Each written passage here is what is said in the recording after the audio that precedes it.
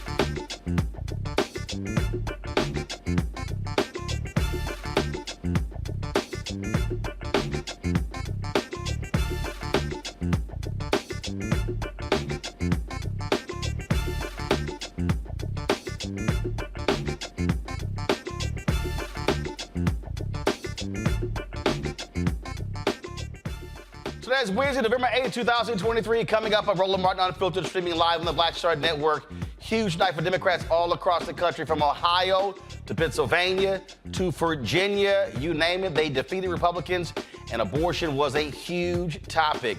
The question is, how does this help President Joe Biden going into 2024? Are Democrats realizing that if they run on the issues and drive their voters to the polls, they can actually win? We got extensive coverage on tonight's show, folks, breaking all of this down. It is time to bring the funk. I'm Roland Martin Unfiltered on the Black Star Network. Let's go. He's got it. Whatever the miss, he's on it. Whatever it is, he's got the scoop, the fact, the find. And when it breaks, he's right on time and it's rolling. Best believe he's knowing. Putting it down from sports to news to politics. With entertainment just for kicks, he's rolling.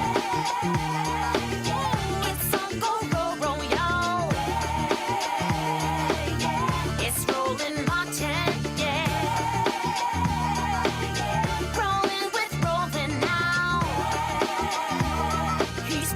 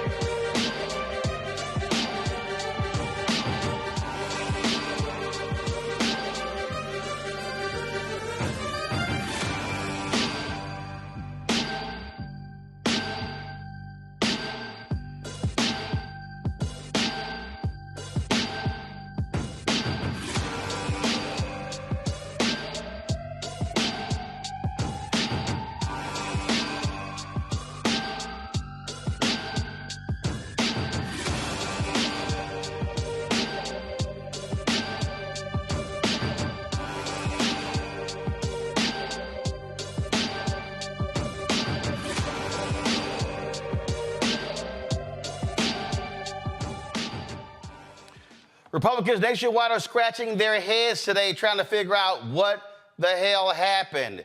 They thought they were going to do well all across the country. That is not the case. From Virginia to Pennsylvania to Kentucky to New York State and other places, Republicans had an awful night as Democrats racked up wins left and right. No bigger place than in Virginia, where Democrats not only held the state Senate, they now control the House as well. This means that Delegate Don Scott will become Virginia's first black Speaker of the House. All of this, folks, the backdrop of Republican Governor Glenn Youngkin, who was campaigning saying, we're going to take control of the Senate and the House, and then we're going to ban abortion in Virginia. That was a huge issue that was on the ballot. And guess what? He looks real crazy now. All the talk about Youngkin being a surprise candidate for president in 2024, that just went out the window. And so now the question is, how do they regroup? But also, when you look at the other results, the abortion rights being protected in the Ohio Constitution, passing legalized marijuana in Ohio as well. Andy Beshear in Kentucky, the Democratic incumbent, beating black Republican Daniel Cameron by a wide margin. Folks, it was win after win after win. The one place Democrats really wanted to secure a win was in Mississippi, where Brandon Presley lost to incumbent Republican Governor Tate Reeves. We're going to break this thing down. Lots of folks we're going to be talking to. Shontel Brown, Congresswoman from Ohio. Reverend William J. Barber, we'll be talking to him as well, and so many others. But let's start with my panel. Robert Patillo, host, People, Passion, Politics, News and Talk 1380 WAOK out of Atlanta. Rebecca Carruthers, Vice President, Fair Election Center, Washington, D.C. Joe Richardson, Civil Rights Attorney, Los Angeles, California. I dare say, Rebecca, I'll start with you. Republicans not doing well. In fact, it was so funny. I got one of those emails that you always get from these campaigns, and it was so funny. Came in this afternoon. It was from Ronna McDaniel, who, of course, who is the Republican chair. I could not help but laugh when I got it because the subject line said, "Are you okay?" And that's why I had to tweet, Ronna, are you okay today? Well, Ronna Romney McDaniel, let's not forget that when she dropped the Romney after Donald Trump called out her relative, Mitch Romney. So here's the thing. Abortion was on the ballot last night in many of the states, but it played out differently depending on if it was a mid-Atlantic southern state like Virginia versus a deep south southern state like Mississippi. What's really interesting, Republicans have painted themselves as the small government party, but to get involved in women's reproductive choices isn't a small government thing. So it was really interesting watching Republicans fight with their traditional, quote unquote, small government party, but then having to balance it with evangelicals. So I think what we saw last night is what 2024 is going to look like, with the Republican Party trying to figure out which direction it's going to go in, if it's going to lean into conservative evangelicals, or if it's going to go back to the traditional tenets of the Republican Party the way it's been in the last 50 years. I'm really curious to see how they're going to regroup. I'm curious to see if their strategy is going to be leaked next week when they have their post-mortem to figure out what went wrong, when Republicans should already know going into last night what was going to go wrong, because they went too far on abortion rights in this country and voters aren't having it. Well, look, one of the things that they did, Robert, was they kept saying that we want to leave it up to the states. Okay, there you go. Leave it up to the states. Now they're having to contend with that because not only is it impacting statewide referendums, we saw it last year in Michigan. We see it in Ohio. Now we're seeing it impact their candidates.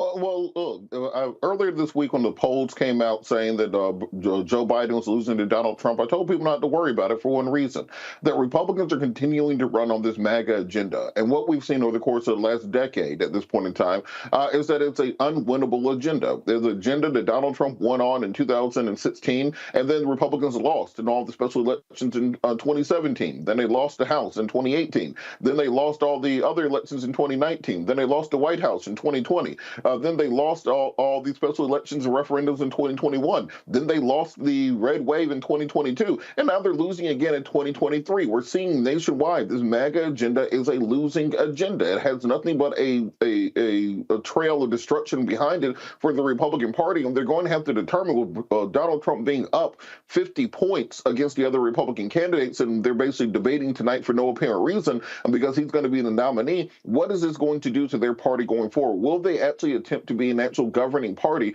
or simply a party that kowtows to the needs and the whims of Donald Trump? They knew beforehand that the abortion issue was going to be a losing issue in Ohio.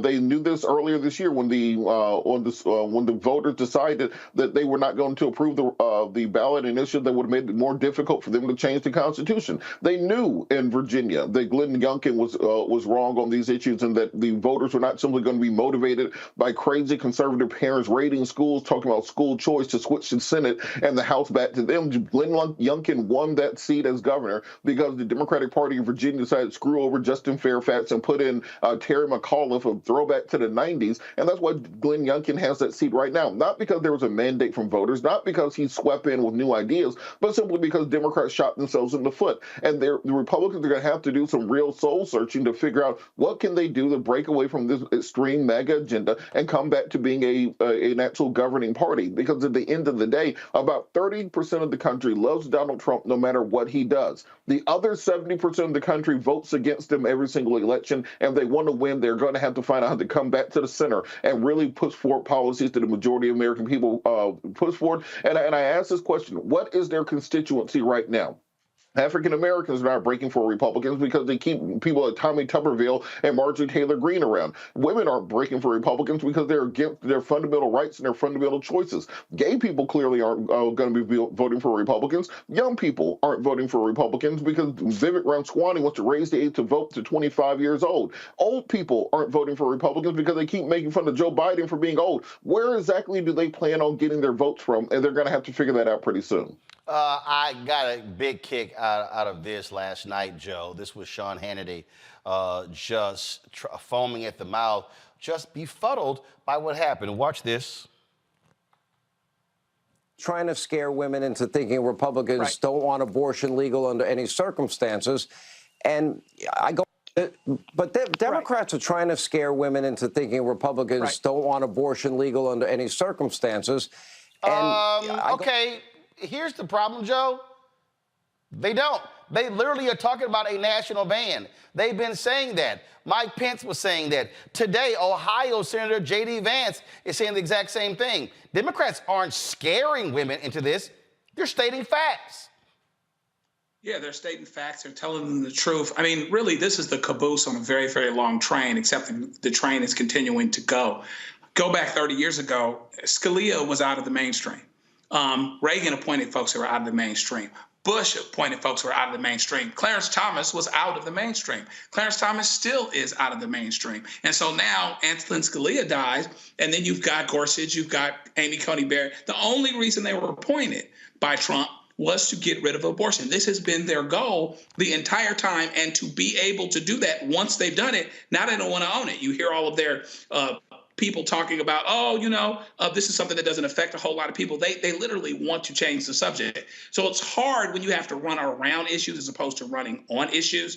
And so many times, to Robert's point, so many times when they won elections, Youngkin, in Virginia and other places, it was because of who the Democrats put up, things that the Democrats didn't do in boxes they didn't check, and not coming out and showing up to vote. And so once they overturned Roe with people that were unelected, they thought they were going for the gusto, and they've been suffering consequences ever since. So hopefully the Democrats have a template, because they did say, let's just leave it to the states. No, They're going for the gusto. Thomas wants to undo half of the things that got passed in the last 4 or 5 years or 10 years, including gay marriage. And there are plenty of them that want to go for the gusto and do a national abortion ban. And so they need to own that and deal with that, and we'll just turn people out to vote.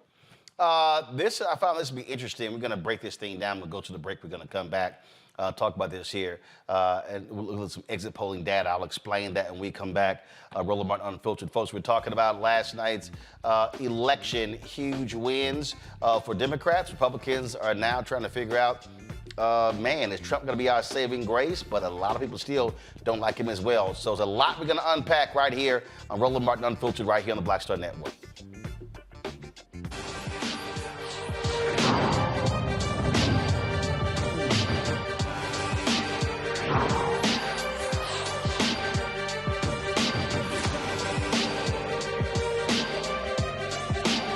Hatred on the streets, a horrific scene, a white nationalist rally that descended into deadly violence. White people are losing their damn minds. An angry pro-Trump mob storms the U.S. Capitol. We're about to see the rise of what I call white minority resistance. We have seen white folks in this country who simply cannot tolerate black folks voting. I think what we're seeing is the inevitable result of violent denial. This is part of American history. Every time that people of color have made progress, whether real or symbolic, there has been what Carol Anderson at Emory University calls white rage as a backlash. This is the rise of the Proud Boys and the Boogaloo Boys. America, there's going to be more of this. Here's all the Proud Boys, guys. This country is getting increasingly racist in its behaviors and its attitudes because of the fear of white people. The fear that they're taking our jobs, they're taking our resources, they're taking our women. This is white fear.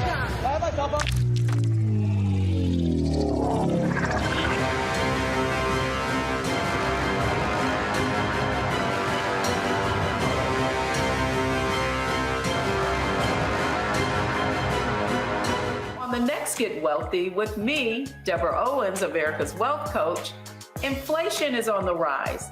Interest rates are high. Can you still thrive during these uncertain times? On the next Get Wealthy, you're gonna meet a woman who's done just that, living proof of what you need to do to flourish during these uncertain times. These are times where you take advantage of what's going on. This is how people get rich or richer. That's right here on Get Wealthy, only on Black Star Network.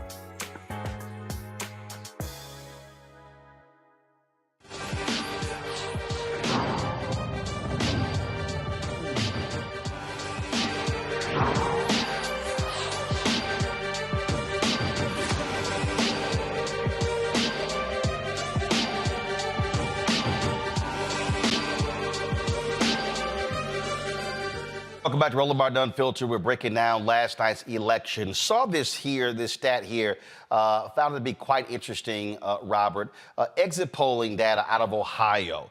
Black men are most in favor of abortion rights, even more than white and black women. White men are most against abortion. That would surprise a lot of people that black men have a much larger view of this issue than white women and black women. Last night, of course, voters in Ohio put this issue, they placed it in abortion rights, reproductive rights in the Ohio Constitution. This is how it ended up being. The conservatives got crushed on this one. Come on, guys. So here's the deal. Yes, 2.18 million folks, 56%. No, 1.6 million, 43%. A total of 3.8 million votes were cast. The thing that's wild here, Robert, is that Republicans did everything they could to stop folks from voting on this. They did not want this. And even after this, the Speaker of the House goes, well, we're going to still find ways to protect a woman, first of all, to get rid of abortion. Dude, they now put it in the Constitution. You're going to have a little difficulty now. You're right, and look, this is one of the points I think is very important to make, because there has been, for some reason, this smear against black male voters over the course of about the last decade that somehow we don't defend black women's rights electorally. It started around the Doug Jones election in Alabama, where there was this idea that there was a schism between black men and black women on many of these electoral issues. Groups used that for fundraising. They used it to push down black voter turnout in various elections. Black men and black women are in lockstep on most political issues, particularly on this issue of life. One of the issues that I hear from many black male voters on radio and in other places is that they want more control when it comes to reproductive issues. They want more of them focus on child support and child care and equal rights for fathers, etc. That doesn't mean they want fewer rights for women. They just want more of their rights to be respected and actually be part of the political agenda. And I think that the fear that many people have, both on the left and the right of American politics, is a united front coming from black voters, because a united front coming from black voters on these issues means that we're able to hit with a closed fist instead of an open hand when it comes to political issues. And the more that we are walking lockstep on these issues, the more that we can push forward on things such as women's reproductive rights, on criminal justice reform, on economic opportunities. All the things that we need within our portfolio require us to be working together, and we can't let outside groups work to try to separate us electorally. If you want to hear something unbelievably stupid, Rebecca, it is stuck on stupid himself, Rick Santorum. Last night on Newsmax, remember he got fired from CNN. They enshrine reproductive rights in the Constitution. They also legalized marijuana in Ohio. And poor little Rick Santorum is just besides himself. He's beside himself, Rebecca, that people actually have the audacity to state what they wanted. Listen to this. And you put very sexy things like abortion and marijuana on the ballot, and a lot of young people come out and vote.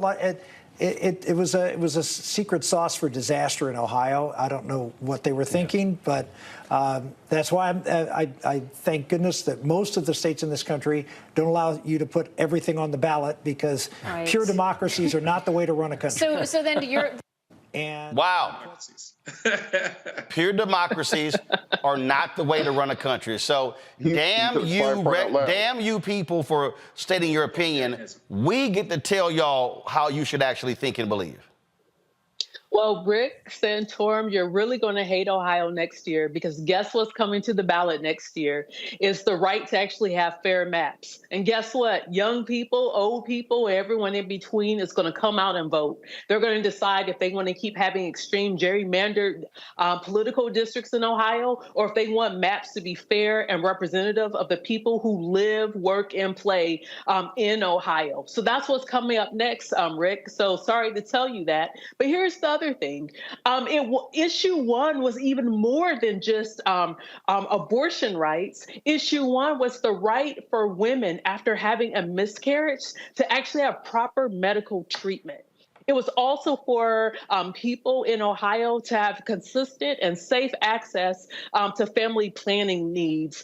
So not just having an abortion, but also the right to have access to birth control. And so those are the things that issue one dealt with. And then issue two dealt with, let's figure out fairness. We had so many people locked up in this country because of marijuana possession.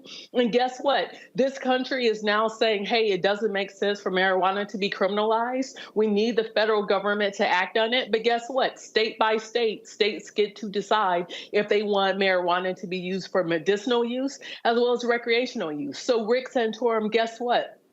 People get a vote. That's what democracy is about. Democracy is about having free and fair elections, and also about participation. So last night we saw a series of free and fair elections across 29 states, and we saw people show up and participate, including young people. After all, we should want young people to engage and be active civic citizens in this country. Damn those young people. Joining us right now, Prentice Haney, co-executive director, Ohio Organizing Collaborative. That was very much involved in this effort. Prentice, you had to get a kick out of Santorum, like, damn it, how dare those people in Ohio, those young people and other people actually vote on stuff that they care about? Well, let me say this. Only losers and cheaters are scared of free and fair elections. In Ohio, like we just said, young people and black folks are not sitting on the sideline. What we saw last night was a sleeping giant that rose up and fought for their rights. 83% of black voters voted for issue 1, and then around the same amount voted for issue 2. What's so exciting is that we live in a democracy where people like me, black folks, are pushing the envelope every single day to make sure that we have access to the ballot. We just wasn't that long ago, 60 years ago, that many of us didn't have full enfranchisement, and still many of us don't today.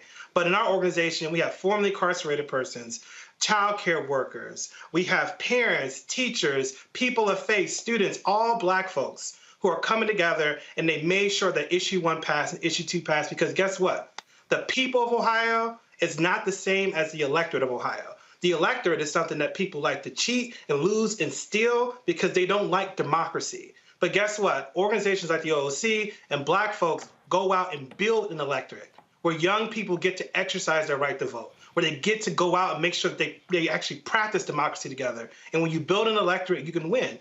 Listen, we're not scared of having an expanded electorate, because when you have an expanded electorate, people get to raise their voice, and that's what makes our democracy way more safe and deliver real things for our community. Folks, pull up the vote totals for the Ohio referendum.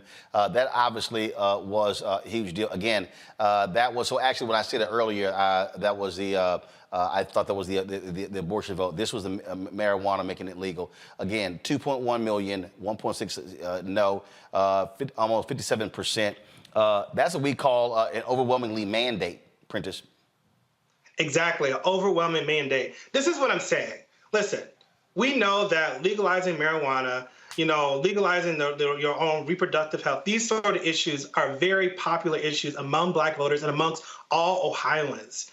It's just so exciting that back in August, black folks and young folks in all Ohioans defended our right to our democracy, direct democracy. I can't believe someone said there's a pure democracy. Listen, democracy has never been pure because it's never been something that could work for all of us. We are the ones making our democracy work for all of us. And last night, what we saw is that people who fought to make sure that the ballot was open, that there was access, got over all the barriers of strict voter laws, unfair maps, purge voters. They made sure their voices were heard, and then they can see that when you go out and you vote on issues that matter to you, you don't have to wait for politicians to deliver what you need. You can get access to abortions. You can get legalization of marijuana for yourself. That's what black voters showed that they'll do in Ohio, and they're going to do it again in 24. So, all right, so now legalized. So what does that actually mean? What that actually means is that for about a decade, many black voters in Ohio have been disenfranchised and disinvested in. When you don't focus on an electorate for over a decade, then they don't show up. But what we saw this year is that there was real investment from our organization, from campaigns talking to black voters about why these issues matter to them. If we look at the leadership of the abortion ballot, we look at the leadership of the democracy ballot, we see black faces, we see Legacy Civil Rights, NAACP, Ohio Unity Coalition, APRI. We see groups that look like us at the center of them. It's not by chance that on election night, we now see victories that have overwhelming majorities with black folks supporting it. You cannot win something if you don't have us in leadership and you don't have programs that's catered to us. We've run programs, and we talked about this last year. This is not new. We've run programs for young black voters, for cynical black voters, for voters of faith. You have to make sure that you cater a program to each of the different types of values and ideologies of black voters, and then you could create a path for us to go out and win. And so I think, based on last night, we just saw the beginning of that wave in Ohio. And next year, we're going to see even more of that as more black voters come out and actually raise their voices and show that their political power does matter and make a difference in the state. All right, then. Prentice, we certainly appreciate it. Thanks a bunch. This, again, it's sort of driving the GOP mad, and which is interesting because former Republican Speaker of the House, John Boehner, is now, at least we know it's really because of money, he's now on the side of cannabis, correct? I can't hear you. I'm sorry. You couldn't hear me there? Can you hear me? I'm sorry, I can't hear what you're saying, but Prentice, can you hear me now? Can you? All right, so not sure why you can't hear me. We appreciate it. Thanks a lot. So, Joe, here's what I think is interesting. Again, John Boehner is now working on the side of cannabis. Yeah, Boehner got pragmatic too. It's interesting. Well, once the party threw him away, chased him out of being in the speakership, he supported Biden 3 years ago.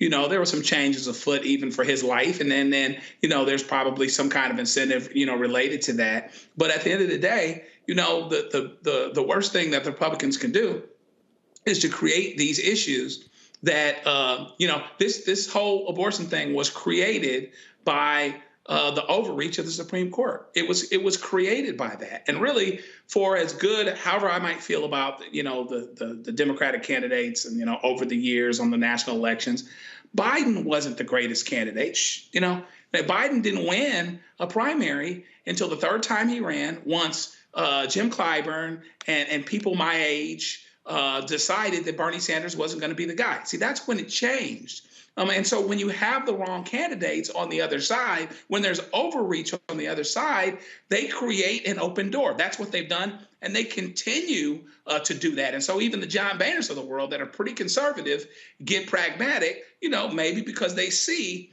the benefit to that, the benefit that can come to the state. I don't know if he has any personal deals related to any of that or whatever that might be. Hopefully it would be legal, of course. But it makes folks pragmatic because at the end of the day, it makes common sense to not have the law focused on undoing a bunch of folks that are getting long prison terms related to marijuana, something that makes you want to sleep and make you hungry, but not necessarily is going to lead to a whole lot of other things. We have to make a decision on limited resources, what we're going to actually do. And so these are issues that are unifying issues, particularly for young people. And young people, when they come out and vote, they vote overwhelmingly Democratic. I just think it's just really interesting when you look at across the board. There was this prevailing viewpoint that, oh my God, if you look at the poll numbers and this is going to be awful for Biden, things along those lines. One, Democrats are so good at whining, complaining, teeth gnashing, as opposed to focusing. First of all, locking down your people and going to work. We're going to break down what happened in Virginia next. And again, that's what that was about. They took control of the House because they didn't just, we'll see what happens. No, they went out, raised the money, recruited candidates, ran the candidates, and that's how they now control the House of Delegates there. And so we'll discuss that next right here on Roland Martin Unfiltered on the Black Star Network as we examine last night elections all across the country. Back in a moment.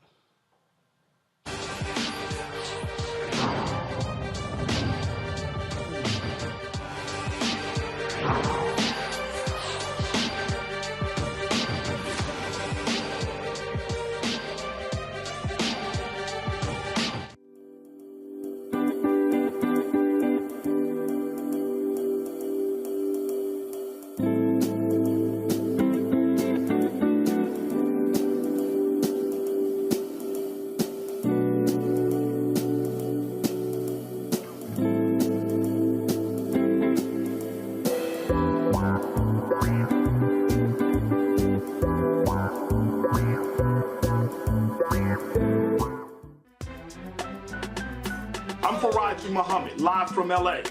And this is The Culture. The Culture is a two-way conversation. You and me. We talk about the stories, politics, the good, the bad, and the downright ugly. So join our community every day at 3 p.m. Eastern and let your voice be heard. Hey, we're all in this together. So let's talk about it and see what kind of trouble we can get into. It's The Culture, weekdays at 3, only on the Black Star Network.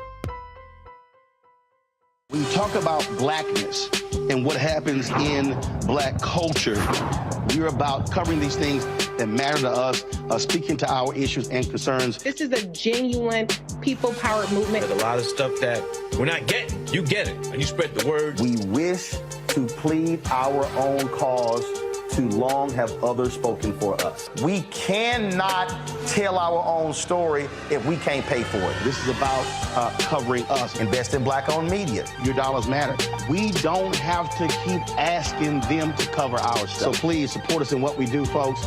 We want to hit 2,000 people, $50 this month, raise $100,000. We're behind 100,000, so we want to hit that. Y'all money makes this possible. Checks and money orders go to P.O. Box 57196, Washington, D.C. 20037-0196. The Cash App is $RM Unfiltered. PayPal is R Martin Unfiltered. Venmo is RM Unfiltered. Zelle is Roland at RolandSMartin.com.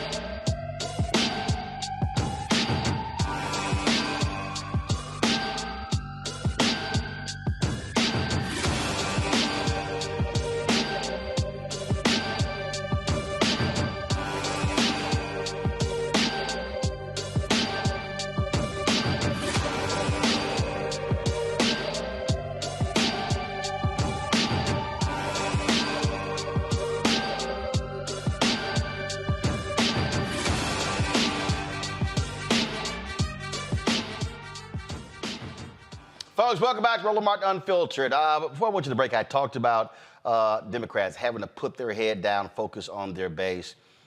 And that's really, really how you win elections. A lot of people, obviously, last night, it was laughable for me. Just pull up the panel. It was laughable for me last night, Joe, to watch. I was in Dallas last night. I don't watch CNN voluntarily. My dad happened to be, he was flipping through and watching it. And my God, it was absolutely boring watching them. It was just boring. And what was driving me crazy watching all of these people, that they act as if abortion was the only issue all across the country. And it wasn't. Take, for example, the Kentucky governor's race. Now, was it a major issue? Yes. Was it the only issue? No. So Andy Beshear, the Democrat incumbent, he beat Republican Daniel Cameron last night. But here's the whole deal. Cameron got outperformed by other Republicans. So they didn't want the black guy in Kentucky. The thing that was also interesting, guys, come on, pull it up. Guys, we're moving way too slow. Let's go. Here's the whole deal. I mean, you're sitting here talking about this race, and yes, abortion was an issue. Abortion rights, reproductive rights was an issue. But this is Beshear, who also provided voting opportunities for formerly incarcerated. Health care was on the ballot. A number of issues were on the ballot. And so I think it's a mistake when I watch all these these mainstream white networks where they think abortion is the only issue. It's not. You have to make a compelling argument on a variety of issues to get people to turn out to support you. Yeah, I guess as it turns out, it's not enough to be a Black Republican with, that's the nephew-in-law of the leader of the Senate. Actually, you really do have to connect to the issues. And of course, as the advertisement said, all skin folks ain't kin folks. And so he didn't have a whole lot of Black voters. He needed some Black voters. Andy Beshear did an excellent job at seizing on what the issues actually are. And I think that he connected with those issues, including healthcare. Healthcare is everywhere. Being able to do the Medicaid expansion, being able to let folks know. I think that he is a good example of how to make sure that you connect with your voters, grow the electorate, and move us along in a way that gets more people to the polls and people understand what's at stake and understand what's actually important. He did an excellent job at that. there is an argument, we'll have to see how that goes, that, you know, a lot of Democratic folks that were running for office are a little bit more popular than Joe Biden is. I don't know if that's necessarily going to necessarily pan out, that that's actually the case, but you're running on issues of things that Biden has accomplished and things that you're a part of. And once you really see how that touches your life and you get people to the polls, then you can win. I think Bashir showed that. And I think we have to look and remember, it's not that even before abortion, we Democrats connect, frankly, to most bread and butter, regular folk issues. That's always been the case. That's never changed. It's still the case. We have to continue to connect the dots and let them understand that, and let them understand that we were the ones that passed Obamacare, which was, you know, passed as a term, passed along as a term that was supposed to be negative. You know, we are the ones that are dealing with these things. Look at what's happening with the unions and the big three. Those are Democratic bread and butter issues. And so we have to continue, use that example, use that as a template to make sure that we're connecting with voters and reminding them of who we are, reminding them who is it that actually is helping regular people. And it's going to be Democrats. Robert, Daniel Cameron paid a huge price for his shameful actions when it came to the Breonna Taylor case. This is the Louisville Courier-Journal. They listed 5 takeaways. And they talked about how Andy Bashir expanded the Democrats' he only won by 5,000 votes 4 years ago, how he won in rural places, how he won in the suburban places, but also how he was successful in Louisville. Look, black turnout was a huge issue. That was an issue there. Come on, guys, go to the iPad. Thank you. You see right here, it says, Bashir took 72% of the vote in Jefferson County, Louisville, where the Taylor case unfolded, after winning 67% of the vote in 2019. And again, this is where Until Freedom, Poor People's Campaign, others, they put that pressure, and black folks said, we're going to make this fool pay for what he did in the Breonna Taylor case, and they sure did. I think that's what the mainstream media, for the most part, is not giving enough attention to. You know, of course, the media has an agenda in these cases. They want to make sure that abortion is the #1 issue because there's special interest behind that. But we cannot ignore the fact that criminal justice reform, the treatment of black and brown people, and this movement for black lives was also crucial in this election.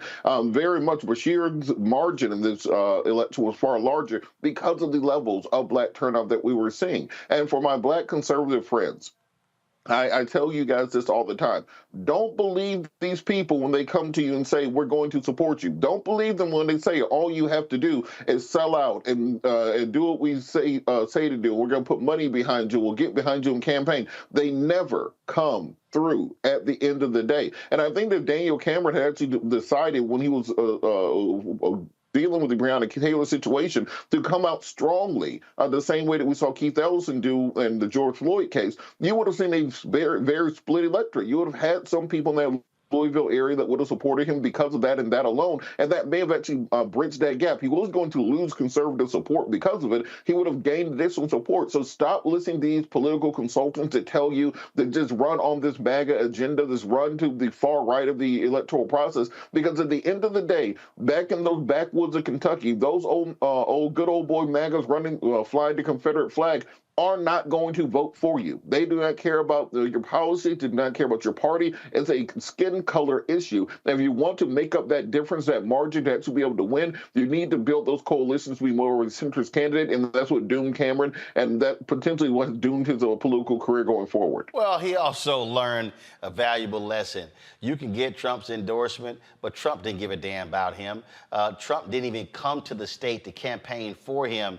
The Courier-Journal says Trump had a tele-rally for Cameron on Monday and put out a 2-minute video last week reaffirming his endorsement of Cameron. Daniel Cameron sat there, Rebecca, and he was all in with Donald Trump.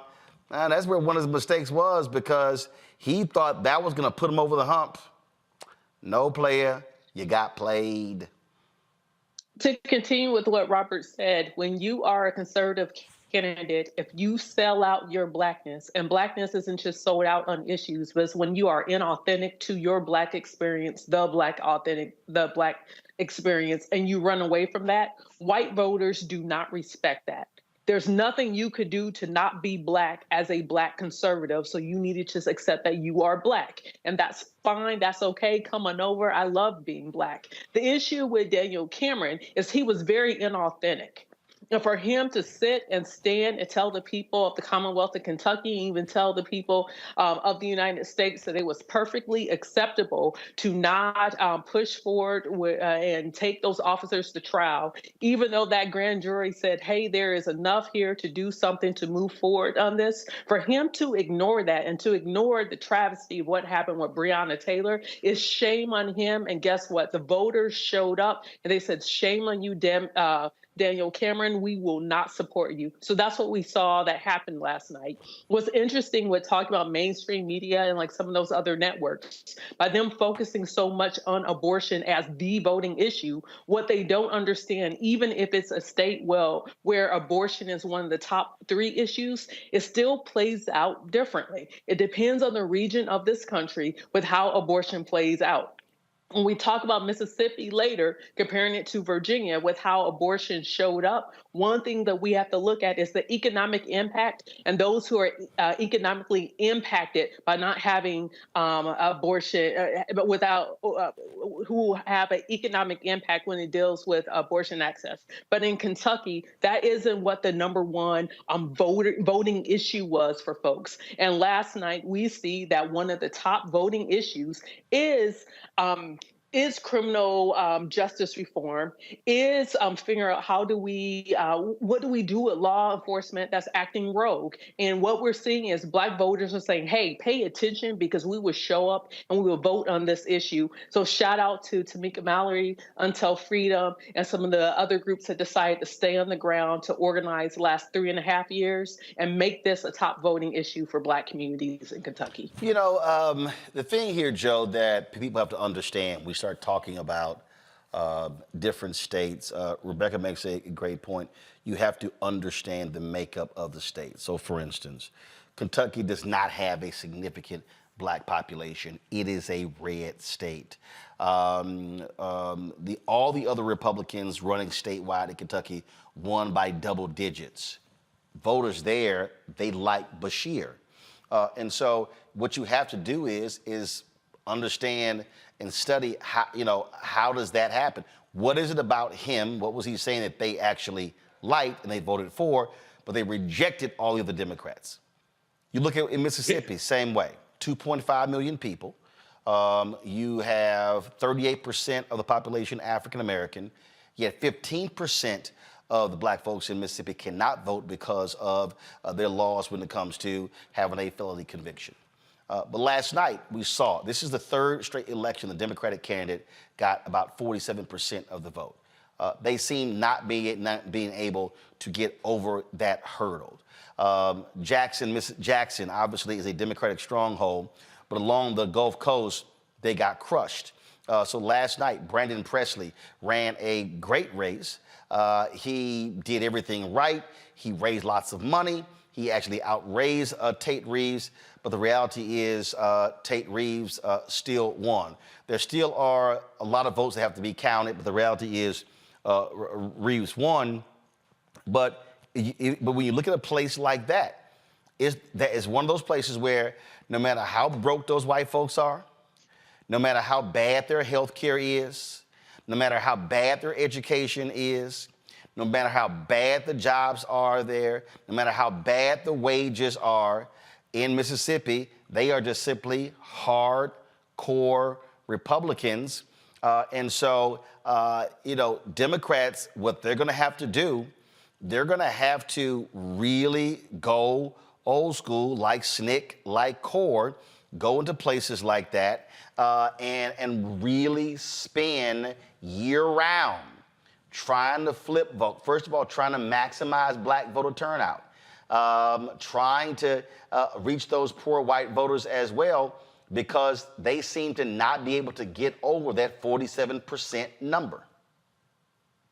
Yeah, so you've got this education component. I think Stacey Abrams is a great example of how to have a long-term relationship with voters that starts off with education and brings them along, and start off with them younger, as young as possible. It is interesting. If you look at it, there's this irony.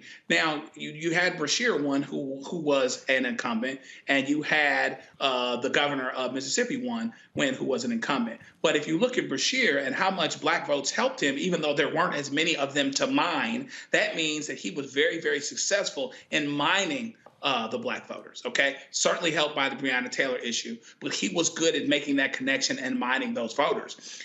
In Mississippi, Presley needed to be able to have more voters, right? So there's this issue with the criminal justice system and being able to undo some of that, which is probably a little bit tougher in Mississippi for a lot of reasons. But even then, there were a lot of black votes available that he did not get.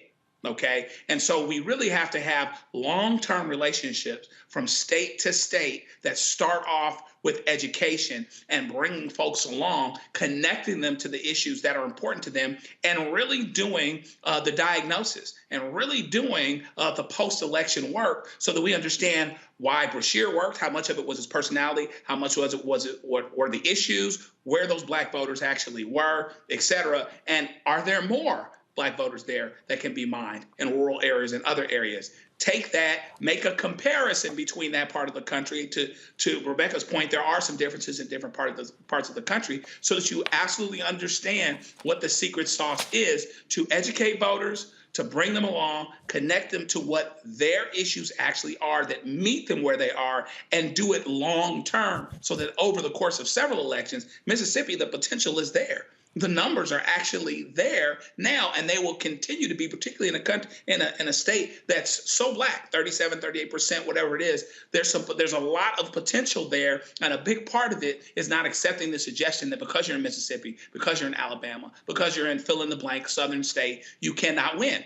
Until Brashear won 4 years ago, we thought we couldn't win in Kentucky either. But he's finding a way to do it, even though it's not going down ballot. So we have to make sure that we do a diagnosis and figure out what actually helps to connect with these voters, and of course, educate from the very, very beginning and early on, and go that way. Robert, look, at the end of the day, I think when you talk about politics, so many people, they only focus on the political season. If you're in Mississippi and you see that you're stuck on 47%, then what you have to then do is truly go in, look at the numbers and say, we got to go figure out how to pick up another 45 to 50,000 votes. We figure that out, then we can win. Republicans have control the governor's mansion there 31 of the last 35 years. They have a firm grip on the legislature as well. But again, do I believe that it's impossible? No. Look, Republicans control every statewide office in Texas, but the bottom line is you've got 900,000 black people in Texas who didn't vote. You had 75% of voters 30 and under in Texas in 2022 who did not vote. You got 2 million eligible but unregistered Latinos in Texas. Texas is 61% minority, yet the people who vote in Texas, 61%, they are white. So what it requires is going to require these billionaires in the Democratic Party to literally say, we're going to have to grind this thing out and go through the slog and do that hard work, going town to town, door to door. And it may take you 2, 4, 6, 8 years, but you can't just only focus on it during the election year. Look, Roland, this is one of the problems with the Democratic establishment. In the last 6 months or so, Donald Trump has been convicted of or found liable for raping Eugene Carroll. He's been found guilty of $2.5 million in fraud from Trump University, $2.5 million in fraud from the Trump Foundation, $25 million in fraud from Trump University. He's facing $250 million in fraud in the current case that he's facing. He has 91 felony counts around the country. He was impeached twice, and we've seen about 3 Republicans call on him to step down and drop out of the race. President Biden had one bad poll.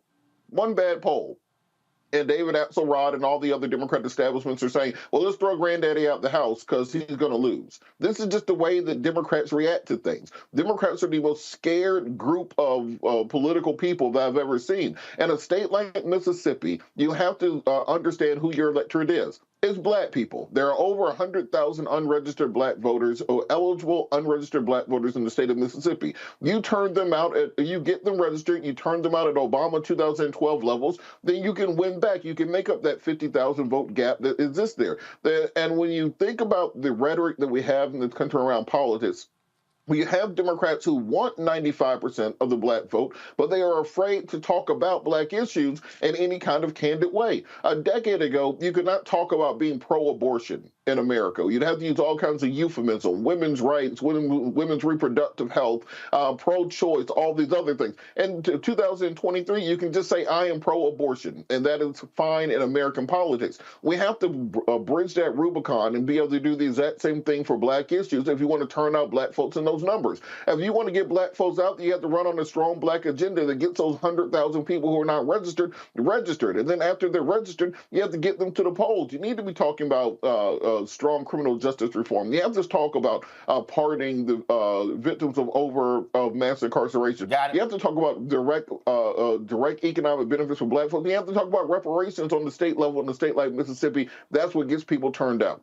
All right, hold tight 1 second. We come back. We're going to talk to Congresswoman Shontel Brown about what happened in Ohio. And even though they lost big, boy, Republicans are still saying, well, that really wasn't the intent of what happened last night. Dog, y'all lost. They do not like taking L's. You're watching Roland Martin Unfiltered right here on the Black Star Network.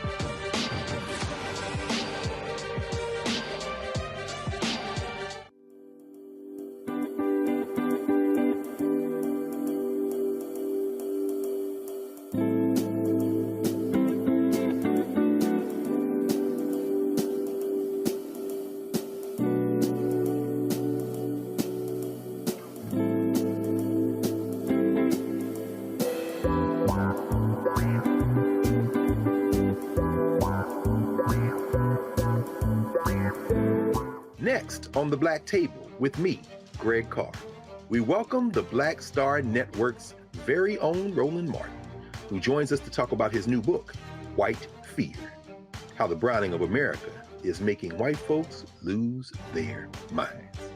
The book explains so much about what we're going through in this country right now, and how, as white people head toward becoming a racial minority, it's going to get, well, let's just say, even more interesting. We are going to see more violence.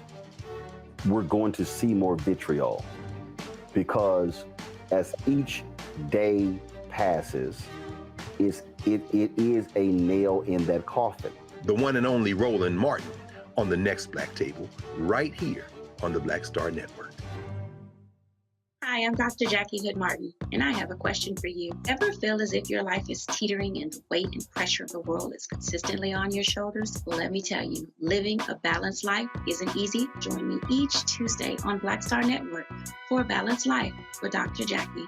We'll laugh together, cry together, pull ourselves together, and cheer each other on. So join me for new shows each Tuesday on Black Star Network, A Balanced Life with Dr. Jackie.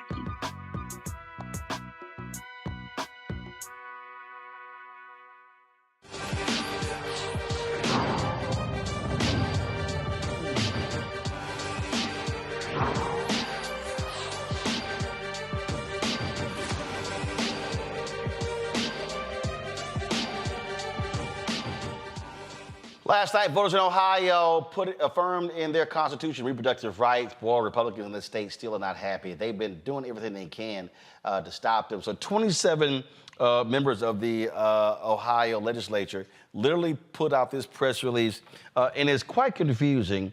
They said, unlike the language of this proposal, we want to be very clear. The vague, intentionally deceptive language of issue 1 does not clarify the issues of life, parental consent, informed consent, or viability, including partial birth abortion, but rather introduces more confusion. This initiative failed to mention a single specific law. We will do everything in our power to prevent our laws from being removed based upon perception of intent. We were elected to protect the most vulnerable in our state. We will continue that work. Joining us right now, Congressman Shontel Brown of Ohio. Congresswoman, I gotta say, they can't take an L. They like, I mean, last I checked, they literally said we're going to put the right to reproductive rights in the state constitution. They think they're bigger than the state constitution. They do. We are, and thank you for having me, first of all, Roland. And Ohio had an incredible night. It was a big win for Ohioans, a big win for women, a big win for families. What it actually did do, in case there's some confusion around what the Republicans were trying to conjure up, is it restored the law of the land as it was when Roe versus Wade was the law of the land. It eliminated the extreme abortion ban that had no exceptions for rape or incest. And it also made it possible for doctors to provide emergency care for miscarriages without fear of the government interfering or being criminalized. And last but not least, that didn't get a lot of attention, was it maintained access to birth control pills, contraceptives. So that's what issue 1 was about. Now, the bottom line is, it keeps politicians and elected officials and the government out of the doctor's office and allows people to make their own personal medical health care decisions. That was it. Well, one of the reasons why they are so obstinate is because of political gerrymandering. And they have been fighting that. Voters in the state made clear when it came to drawing the lines, they were kind of like, yeah, we don't care what y'all think. So guess what? That's now going to be on the ballot next year. That's right. That's right. So Ohioans it's been a very gerrymandered state. As we can see from the results from last night's election, in the words of our former party chairman of the state, Ohio is more rigged than it is red. And that was demonstrative in the numbers as it relates to issue 1 and issue 2. There was a broad coalition of support when it comes to the freedoms that people are that are coming up on the ballot. People want the rights to make their own choices. And clearly right now, the Republicans are not about giving people their rights. They're about taking rights away, whether it is your right to maintain autonomy over your own body, the right to read certain books, the right to vote. They are all about stripping away rights, and they are really doing a relentless job of trying to turn back the hands of time. So what you now are faced with, again, and this is what I keep trying to explain to people, is that we have to stop looking at elections as sort of a one-off. That you have to say, okay, you chipped away at this, now you got to come back next year and realize there's going to be another election. And so I keep saying to black folks, others, we cannot check out of the process. It has to be this relentless pursuit of democracy by saying, we're going to keep coming back, and if y'all are standing in the way, we're going to do all we can to vote you out. That is exactly right. I think I would be remiss if I did not remind folks how we actually got to this place in Ohio. In 2016, we had one of the most qualified candidates running for president against one of the least qualified who ever applied for the office.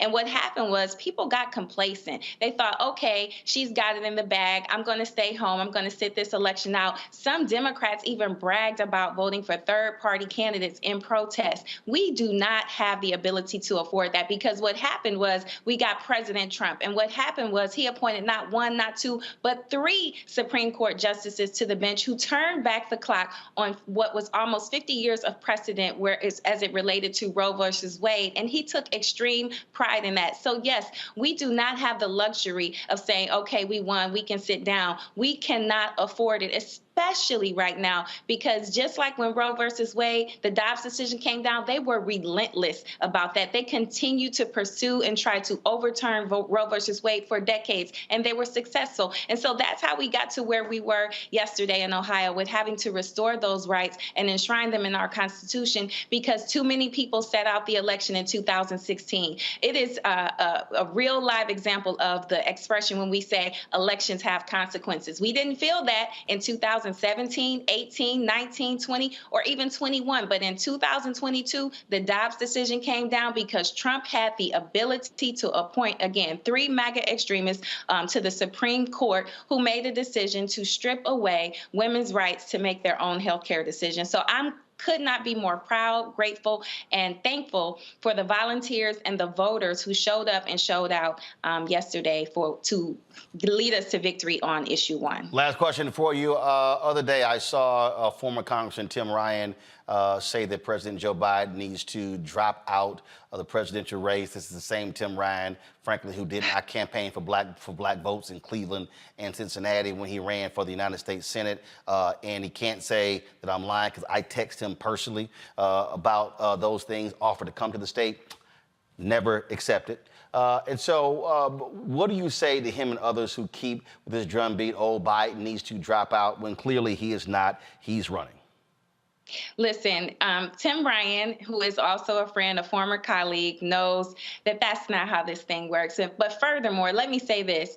Your previous candidate said it very well. We had a bad poll, and there's only two ways to run in politics, and that's unopposed or scared. And yes, those numbers were actually frightening. But what we know about polls is polls don't vote. You might remember a certain candidate in 2021 was down by 35 points in a polling. So who was that? Not don't be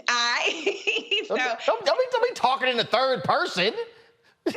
Like, oh, a certain candidate. Now people at home going, who's she talking about? Yeah, when you ran against Nina Turner, early polls had Turner far ahead of you in the polls. But then when it was time for the poll of all polls, you won. Yes. So the elections is the poll of all polls, and they actually deliver results. And polls have never been favorable for Joe Biden. As my sweetheart, Antoine Seawright likes to say, when they count Joe Biden out, he shows them that they don't know how to count. So listen, it is too early to predict the weather for next year. A poll is simply a snapshot in time. And so we have time to galvanize, mobilize, and educate our voters. And that's what we intend to do. And that's what we've been doing. And we're going to keep doing it. And I should say this also. Thank you for the privilege of this, allowing me to be on this platform, because it's awfully hard to get oxygen in this space to really detail the accomplishments of the Biden-Harris administration, as well as when the Democrats had the majority. We had one of the most productive Congresses, recreating jobs, delivering high-speed broadband internet at affordable prices, capping the price of insulin, the largest investment in our climate crisis. I could go on and on. The Veterans PACT Act that expanded benefits for veterans that were exposed to toxins and burn pits. I mean, we have done a lot, but I don't think people equate some of these successes to the Biden-Harris administration. We were on the campaign trail last year in South Carolina, and the lady was just talking about how her husband had gone from getting like 10 to 15% of his veterans benefit to 100%. Well, that was not a miraculous act of God. That was because we passed the Veterans PACT Act. So we have been doing a number of things that people just don't realize are a result of the Democratic majority that we held in the 117th Congress and the good work of President Biden-Harris. I mean, the largest investment towards our HBCUs, making history with putting the first Black woman in the vice presidential office, appointing more Black female judges to the federal courts than all presidents combined. All presidents combined. So we have been doing the work. We just got to get the message out, and we've got to connect the dots. So I would just encourage people to really stop and think about the choices that are going to be before them. You have a man that has been twice impeached, has over 91 indictments, who had a full-fledged Muslim ban on place when he came into office. And also, I think I recall him as suggesting we inject bleach during COVID to try to cure that. This man is not worthy of being back in the president's office. And I haven't even got to his efforts to have an insurrection and not have the peaceful transfer of power that we have become accustomed to in this country. Well, I've said this since this show launched 5 years ago. We've had a standing invitation for all CBC members. If they want to come on, talk about things they're working on, they can come on. All they got to do is let us know. We reach out to folks all the time. And so that goes for you. That goes for all of them, because dating back to my TV One show, I understood that, look, these other networks are not calling Black Caucus members on a regular basis, even though they are the largest caucus on the Democratic side in the House. And so feel free. Want to come on and talk about something, let us know. That's what happens when you own it. You ain't got to ask nobody. Thank you. Well, thank you for the privilege. Thank you for having me, and keep doing what you're doing, Mr. Martin. Your voice is so critical, so very important, and so valued. So thank you, and I will certainly accept that invitation. It's been a pleasure to be on, and I again thank you for the opportunity. Now I'm rolling, Mr. Martin, my daddy. I'm rolling. All right, All right, appreciate it. Thanks a lot.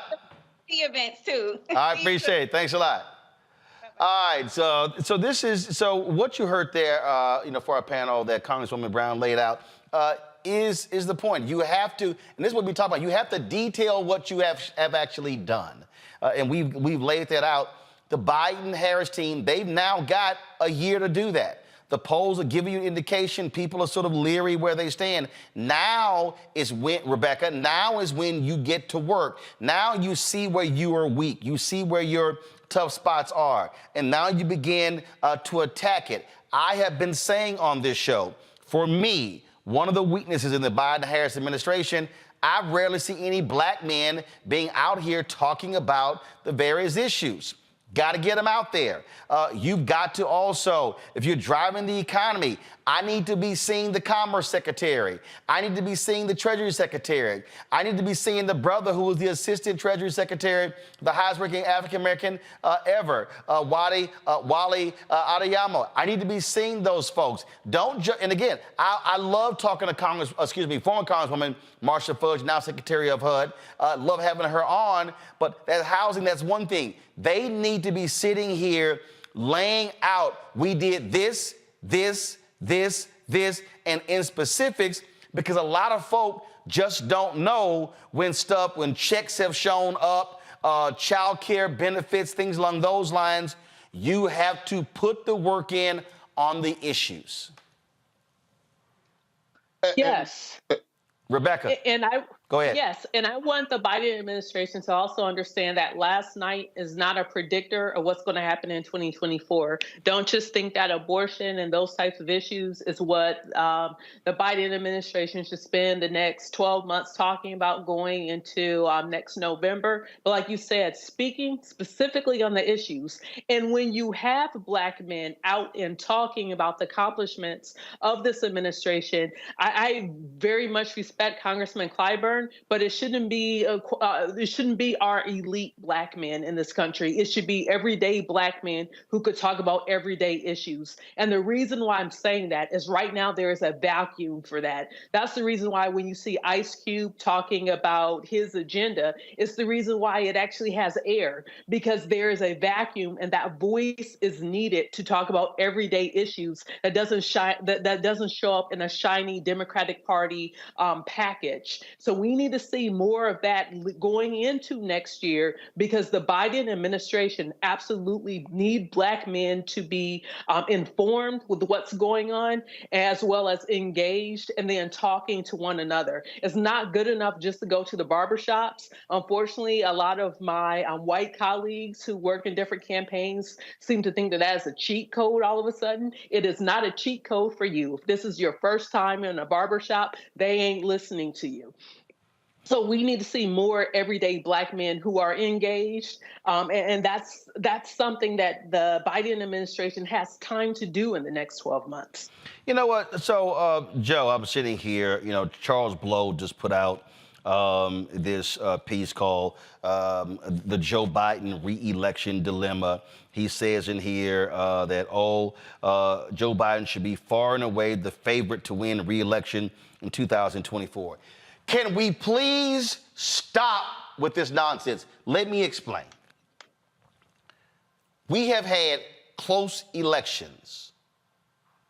In close elections for the last several elections. Republicans have not been winning the popular vote. So we can go to 2020, 2016, 2012, 2008, 2004, 2000. I mean, we can look at the numbers, okay? And so we are a fractured country. We already know that when we talk about the election, really comes down to 5 or 6 states. Right now, we can say that the 2024 election, Florida is off the map. Democrats have been horrible there. Florida is no longer a battleground state. We can say Georgia, Arizona, Michigan, Pennsylvania, Wisconsin. Those 5. Now, I won't say Colorado. Not gonna say New Mexico. What'd you say, Rebecca? Arizona, North Nevada. Carolina. We still got to look at North Carolina. Okay. Nah, no. Is that Supreme Court race? Okay. I'm not gonna put North Carolina in that column until Democrats actually start winning there. Okay. Biden barely lost there, but they've been losing in North Carolina. So that's why I'm not gonna. But I'm just gonna say it's 5 states. It's 5 states. Okay. Fine, Robert. You can put in Nevada. Okay. But the bottom line is, it's really 5 states. Okay. So the reality is, I'm not shocked by any of this. I'm not. I'm not shocked that people are saying, oh my God, I'm worse off, because I understand what has been happening. I've been listening to, I'm in group chats and I'm in other chats, and these people are walking around and like, oh my God, I'm not enthusiastic about Biden. Well, hell, it's a lot of people I ain't enthusiastic about. But I also am taking every time I look at Yank Uger, Yank is going off I'm like, dude, seriously, you're yelling and screaming. Guess what? You're yelling and screaming on Twitter ain't gonna solve jack. I'm like, Yank, guess what? Trump is gonna be the nominee. Biden is gonna be the nominee. It's some shit, just deal with it. Just deal with it. To me, this is sort of like going to the car dealership, and they come back and it's like, all right, your transmission, your engine, your lights. I could stand there and him and her. Guess what? Go ahead and get ready to pay that $2,000, $3,000, $4,000. Either you pay it or your ass taking Ubers all day. I mean, we can stand here and that means nothing. So I'm not one of these people like, oh my God, I wish Biden was 60. He ran when he was that age. He lost. Right. Right. He lost. And let me remind all of these people, because I am sick and tired of all of these Democrats bitching and moaning. Oh my God, he's going to be 82 if he gets reelected. Warren, Klobuchar, Harris, Booker, Buttigieg, Bloomberg. I know I'm leaving 2 or 3 people off. There's 6 people who were running in 2020. Sanders, that's 7. Nobody liked any of them. Right. If people liked them, they would have kept running. Harris didn't even make the primaries. They all began to drop out. So, and I'm serious, all you Sanders people, he fucking lost. He lost. I thought Gary Hart was an unbelievable candidate. Gary Hart was having an affair. Sorry. So at some point, you gotta wake up and go, okay, this is the hand I'm being dealt. Sure. Because Biden ain't getting younger. And when I say the hand that I'm being dealt, you can sit here and talk about Biden is, Biden that, Biden ain't done this. Can you argue against the infrastructure bill? Nope. Can you argue against the American Rescue Plan? Nope. Can you argue against the announcement now made regarding rails, generating 100,000 jobs? Nope. I could go on and on and on. So when I hear people say, like Bill Maher, yeah, he's done a great job, now sit down.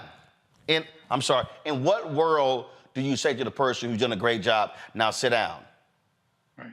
Because we're stuck on this deal, oh, give me somebody young and vibrant who can excite me and who can lose.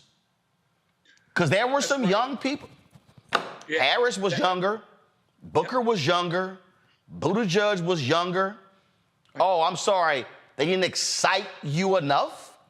And so I'm sitting here going, hey, this is who is sitting in front of me. On the right is going to be an insurrectionist, lying, narcissistic, 4-time indicted, massive liar. Over here is the incumbent Joe Biden. Over here is the dude who picked 3 hardcore right-wing Supreme Court justices that got rid of Roe v. Wade, that got rid of affirmative action, and they're gonna sit here and allow people to sit here and carry guns. They took up a case that deals with the issue of people who commit domestic violence having guns. Waiting on that decision, okay?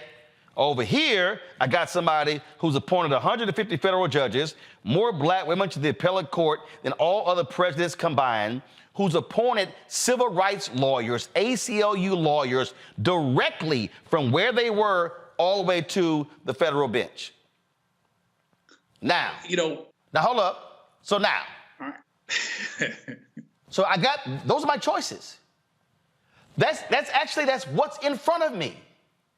And so I'm not sitting here going, oh my goodness, I'm not looking for Biden to go run a damn marathon.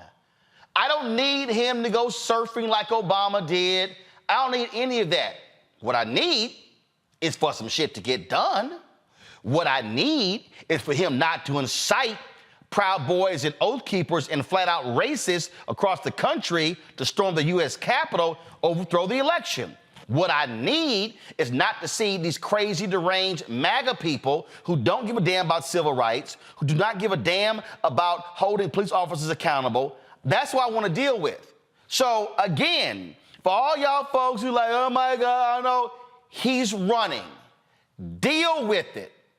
And people are like, well, you can't be scared of us. You shouldn't be trying to instill fear in us. Project 2025, Google it. Then you'll understand what the real fear is. That is what is getting on my damn nerves, Joe. And I need people to understand. Buckle up, man up, woman up, shut the fuck up, and focus on winning in November 2024 and defeat crazy, deranged, white nationalist, white supremacist, MAGA Donald Trump. Well, what's interesting is not only in spite of, but because of everything that you said, it guarantees that elections will continue to be close. In 2000, if the election ended in Florida, but if Al Gore had won Tennessee, then Florida would not have been in play, would not have been determinative. 2004, the difference was Ohio and Ohio only. We know what happened in 2008. 2012, supposedly Barack Obama was behind, but he comes back. 2016, some folks stayed home. Even Donald Trump had the plane warmed up, didn't think he was going to win, thought he was going to get on the plane and be out, and we got lax. And so even in the best of times, you have a very, very divided electorate, and a lot of folks are going to vote sight unseen. And so therefore, it's about turning your folks out. Here's the good news. We can run on actual records. We don't have to hypothesize about what Donald Trump would or wouldn't do. Let's talk about what he actually did the last time he was in office. Let's remind folks of the debacle surrounding COVID and how many people died that didn't have to, and the fundamental instability in this country, and then compare what Donald Trump, who is just about as old as Biden, by the way, BTWIJS, as the kids say, let's compare what Donald Trump's judges did versus what Biden's judges are doing. And so run on records, actually talk about here's what we actually did and how it affects you. This is what he actually did. We don't have to hypothesize. Here's where we're going, assuming he's still on the street. So just run on records and inform people and remind people of the urgency of voting, because 2016 is a cautionary tale of what happens when we don't go vote. I'm just tired of Democratic whining. I'm tired of it. Got to go to a break. We come back. Reverend Dr. William J. Barber, I know he's going to sit here and pray for me. Because sometimes, sometimes, y'all, I can explain stuff in a nice, wonderful way. But sometimes, Matter of fact, I don't know if y'all remember this here years ago. Matter of fact, I'm gonna tell this story on the upside of the break, and I'm Reverend Barber's gonna get a kick out of this one. It's a true story too about cussing and getting your point across. You're watching Roland Martin Unfiltered right here on the Black Star Network.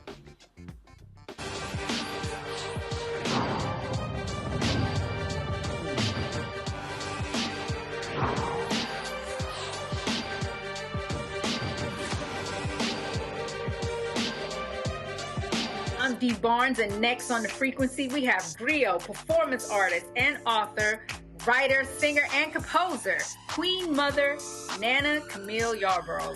Please join us for an incredible conversation about knowledge, wisdom, and power of the elders. I'm a perception changer.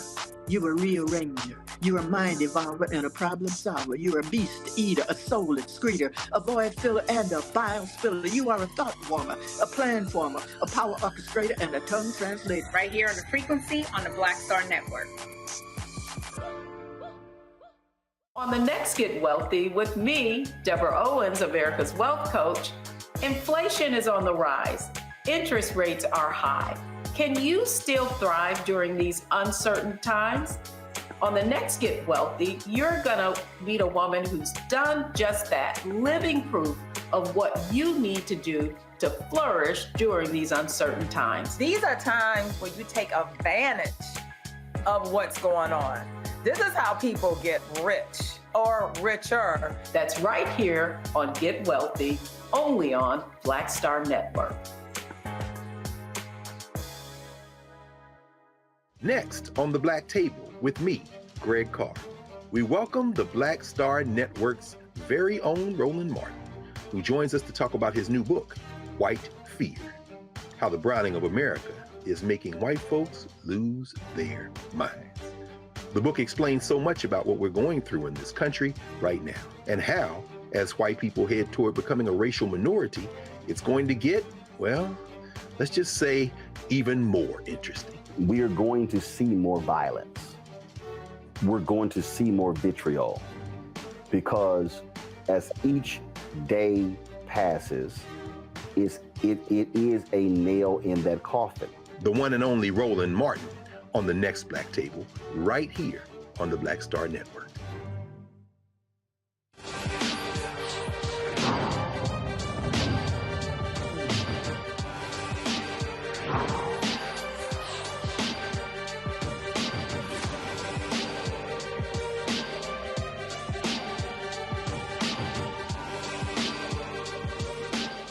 All right, folks, joined right now by Reverend Dr. William Barber, Poor People's Campaign, Repairs of the Breach, joins us on the phone. Reverend Barber, years ago on Nightline, I was watching Nightline. It was hilarious. They had Ice-T and Dr. Alvin Toussaint on. And Ted Koppel said, Ice-T, what about the language in rap? And Ice-T said, well, you know, Ted, he said, black people are different from white people. He said, so our intentions are different. He said a white person will say, Johnny, put that knife down. Put that knife down, Johnny. He said a black person say, Johnny, put that goddamn knife down. He said, it's emphasis, Ted. And Ted Koppel goes, Dr. Toussaint, your thoughts? And Alvin Toussaint, Harvard, all that. He goes, well, you know, Ted, Ice-T got a point. You dang all right, he got a point. And anybody that doesn't know there comes a time for harsh language and strong language doesn't read the prophets or Jesus. You know, when Jesus saw a fig tree producing, fronting like it was really a fig tree but not producing, he damned it. And, you know, the prophets would often say very straightforward things, different than cursing and profanity. And I hear you saying there's a frustration. Listen, how do you win in politics? You got to go get the votes. And it's two ways you go get votes. You either let people know what you have done, and then you let them know, if you give me another term, what I'm going to do. This is what I've done. This is what I'm going to do.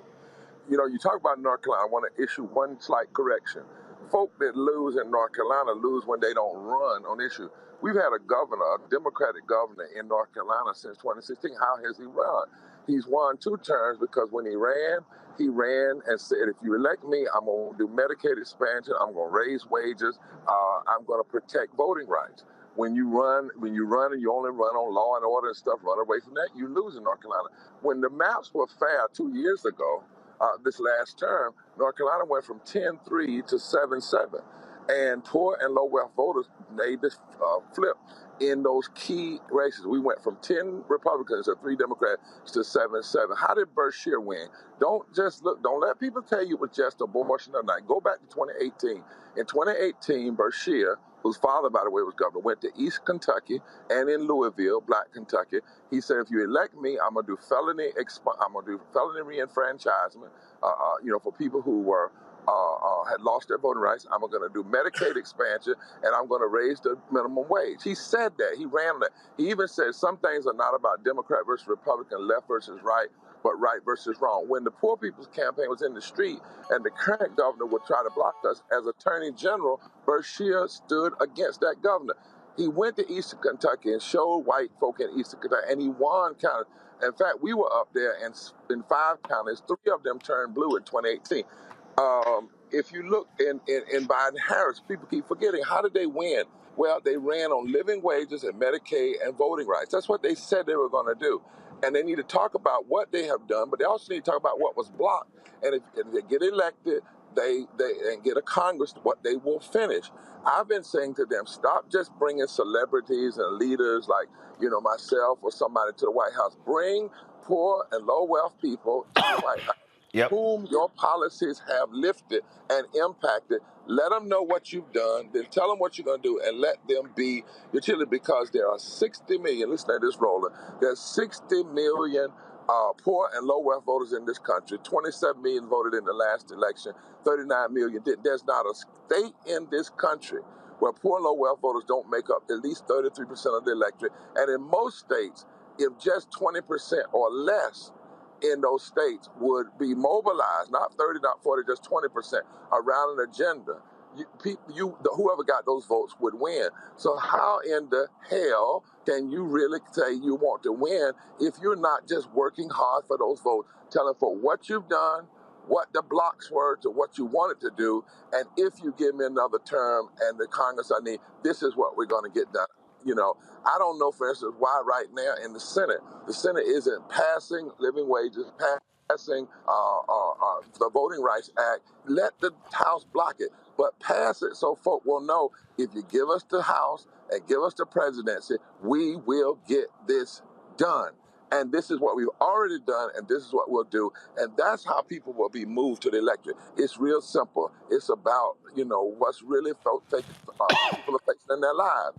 And lastly, Roland, we got to talk about life and death. Life is on the ballot. Poverty is the 4th leading cause of death in this country. If you're not addressing poverty and low wealth, you're not addressing people's lives. 350,000 people died during COVID from the lack of Medicaid expansion. The lack of health care. You're not saying what you're going to do about health care. You're not caring about people's lives. But if people know you care about their living, then they will move and vote for you and stand up and stand with you. That has to happen in this cycle.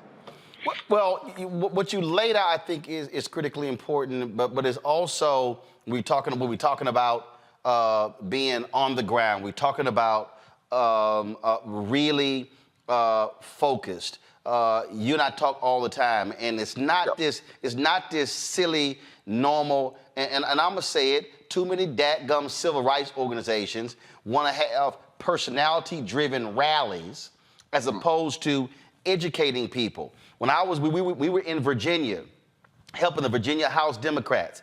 After the 5 events we did, people would come up to me and they would say, well, man, what can we do? I said, because it was like alphas, it was deltas and AKAs and other. I said, listen, stop trying to cover the whole doggone area. I said, go pull the data, find out the 5 lowest voting precincts, and then each one of y'all members of the Divine Nine take 1 precinct.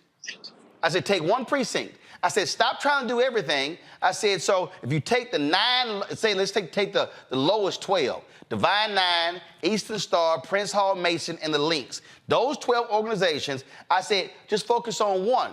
You may very well increase in that particular district anywhere from 3,000 to 5,000 votes. And here's what people don't understand.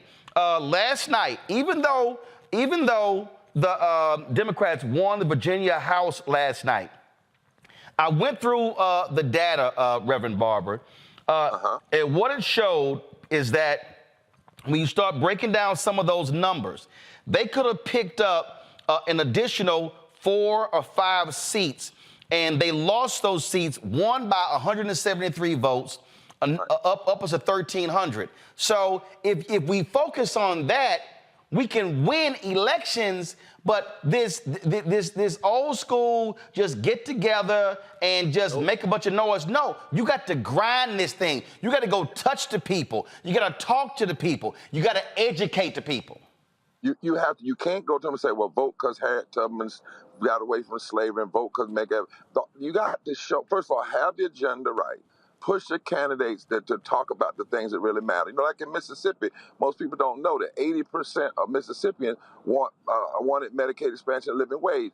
If the governor when the candidates for governor started running on the last couple of weeks, what if that had been from the beginning? But even if he didn't, the organization should be going to the places where people are and pushing that. And you're right about numbers, so let's drill down.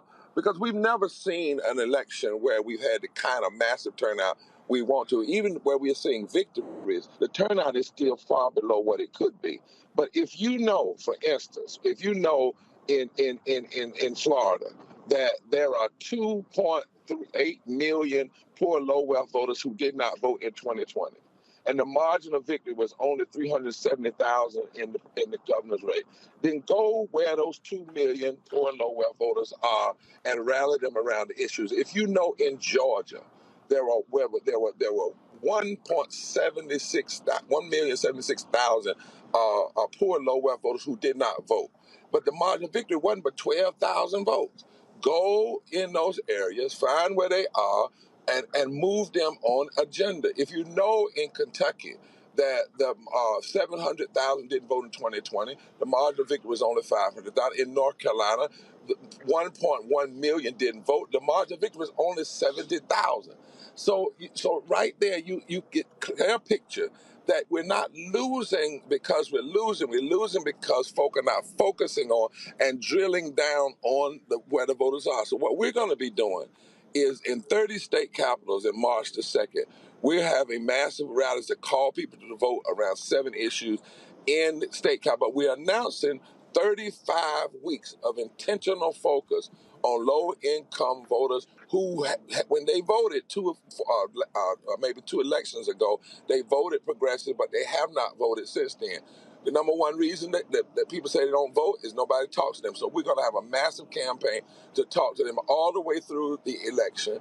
And every time we gather, we're going to be gathering around issues, but then the issues will drive who we go talk to. Targeting areas. And by the way, Mark Rowland, what we're doing in PPC and Repairs of the Breach is bringing folk together.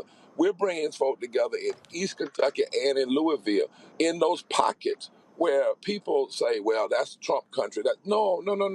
Because even in those areas, if you close the margin by which an extremist wins, you help on the other side. You know, and so you've got to drill these numbers down. I don't know how many times I have tried to say it nice, say it cussing. The world, can you walk away from this many potential voters? And the number one reason that they don't vote is that nobody talks to them. Talk to the people, go where they are, pick the areas, and increase these margins. And victory for progressive and for civil rights, for justice, can happen. Look, even in the South, there's not a southern state. There's not one southern state. Y'all hear me on this? Where 20, if you move 20% of poor, low-income voters, 20%, that it would not fundamentally shift every electoral, every at-large election. That's why these folk are so hard on voter suppression. They are looking at these numbers. They know the Southern strategy has all kind of breaks and holes in it. And for the life of me, I don't understand sometimes why, as you say, folks are continuing to just do the old school, the celebrity-driven, just do a door knock, tell folk to vote because folk died for it in the past. No, tell them to vote because of how they need to live in the present and what's happening right now, and go target in those areas. But we can't be bougie now. We can't just go get the folk that normally go And you can't, after the election, when they put up, well, 90% of the black folk voted for a candidate. No, that's 90% of those who voted. Right. It's not 90% of our people. You got to know what's really going on. Read the numbers and go hard, go hard in the trenches and hard in the paint. And lastly, you've got to mobilize the folk in those communities that go hard. It's one of the things we're trying to do is make sure that if you're going in communities, you don't go in communities with people who never go in the community. You raise up and build leaders from within those indigenous communities so that they can become the ones who inspire others to move. Well, that's why I don't know why the White House keep playing game with this, but this is why they need to stop trying to just invite you, accept that invitation, bring poor affected people and have Biden meet with them. He can talk about his existing policies, but I'm tired of this whole deal where you only talk middle class, Scranton. No, it's a bunch of poor people. It's a bunch of poor working class people. People out here trying to make ends meet, they need a voice too, and they've been messing around for 3 years not wanting to have that meeting. And they have a voice. 60.9% of black people are poor and or low wealth. That's 26 million people. 30% of white people, that's 66 million. What we have said to them is let us bring into the White House a diverse group of low income, poor people who actually support what you've tried to do.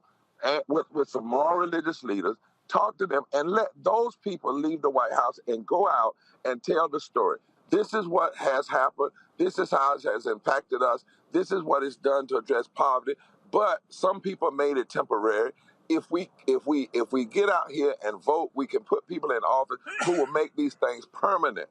We can address 87 million people without health care. We were 2 votes, Roland, 2 votes from 43% of Americans, 50 plus million Americans, and 43% of black people moving out of low wealth if the living wage bill had passed. We were 2 votes.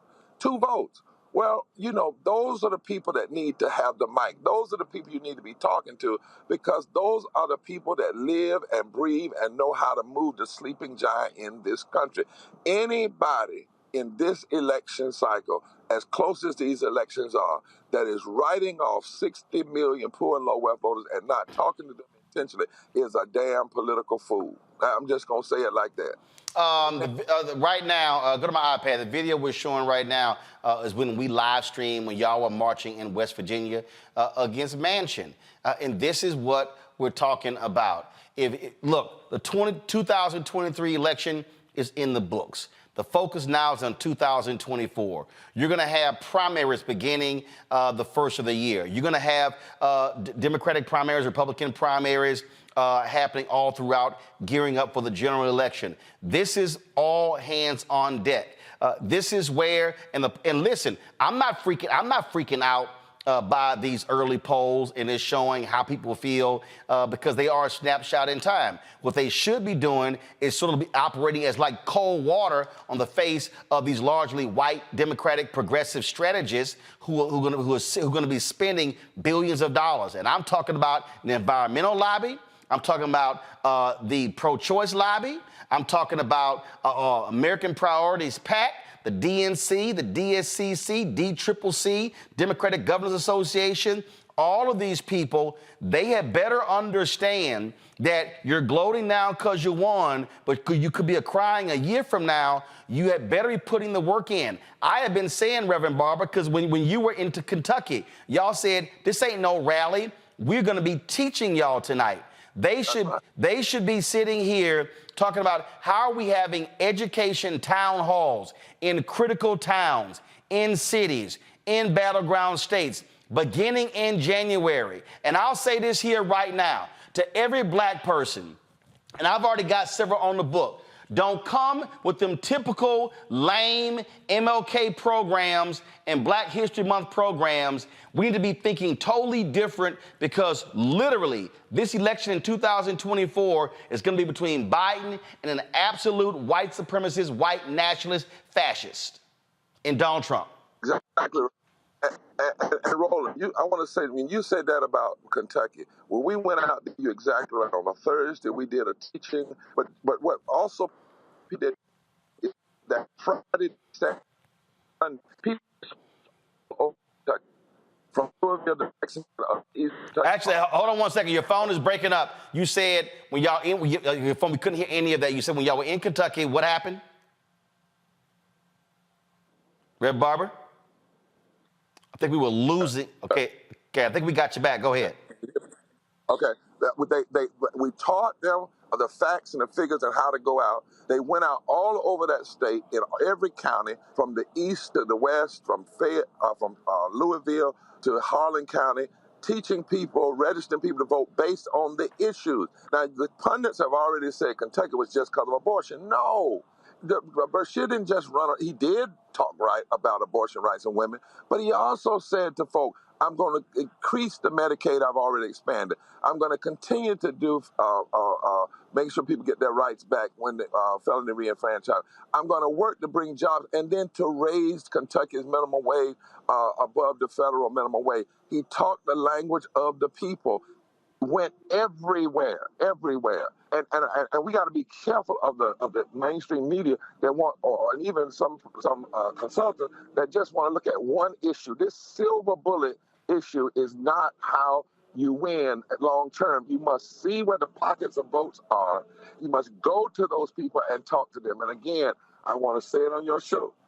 I've said it for the life of me. I do not know why that we've been asking for 2 years now to bring impacted people, poor low income, from West Virginia, from North Carolina, from key places, from battleground state, into the White House, not to be Democrat or Republican, but to talk about what was done, to hear what's going to be done and continuing, and allow those people to go out and be the microphone. You know, in our campaign, we don't even have to endorse anybody. We endorse the issues and let people look at people and say, listen, where do they stand on Medicaid? Where do they stand on health care? Where do they stand on your life? Where do they stand on living wage? People are smart if you point those things out, but you have and you cannot leave this sleeping giant sleep. And that is poor and low wealth voters are a critical key to a fundamental shift. And lastly, Roland, I've done the data. And I got a book coming out, how the mythology called white poverty, how the mythology around white poverty continues to exacerbate lies about race and class.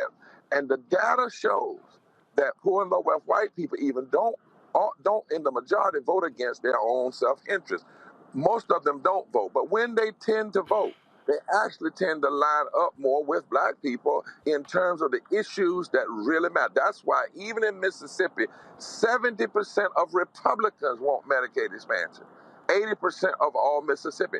We better know these numbers. We better go to these people. We better let them know where the policies are going if folk get elected, because that's where the power lies in this particular season that we're in. One more time, there's not a state where poor and low income voters don't make up over 33% of the electorate. And in most battleground states, poor and low income people, that's people who make less than $15 an hour and were $500 away from economic ruin. In battleground states, they over 40% of the electorate. If you of the electorate, you don't talk to them in your ads, you don't talk to them in your speeches, you don't talk to them door to door, you are actually committing a form of political suicide. If you do recognize them, you will increase, and Dr. King said it like this: the greatest of the racist oligarchy in this country is for the masses of Negroes and the masses of poor whites to come together, form a voting bloc that could fundamentally shift the economic architecture of this nation. We have that possibility right in our hands if we get away from the old style and do the work like you're talking about. Reverend William Barber, Poor People's Campaign, Repairs of the Breach. We appreciate it. Thanks a lot. Final comments from our panel. At the end of the day, Robert, again, the work begins now. I always say the end of the election is the end of one. The election is the end of one process, the beginning of another. Guess what? 2023 elections are now gone. Now the focus is, okay, in where I live, what are there school board races next year? Are there county races, city races, state rep, state senate, gubernatorial? Obviously, it's going to be congressional, presidential. This is where take a breath. get some rest, get recharged, get refurbished, but it's time to go to work.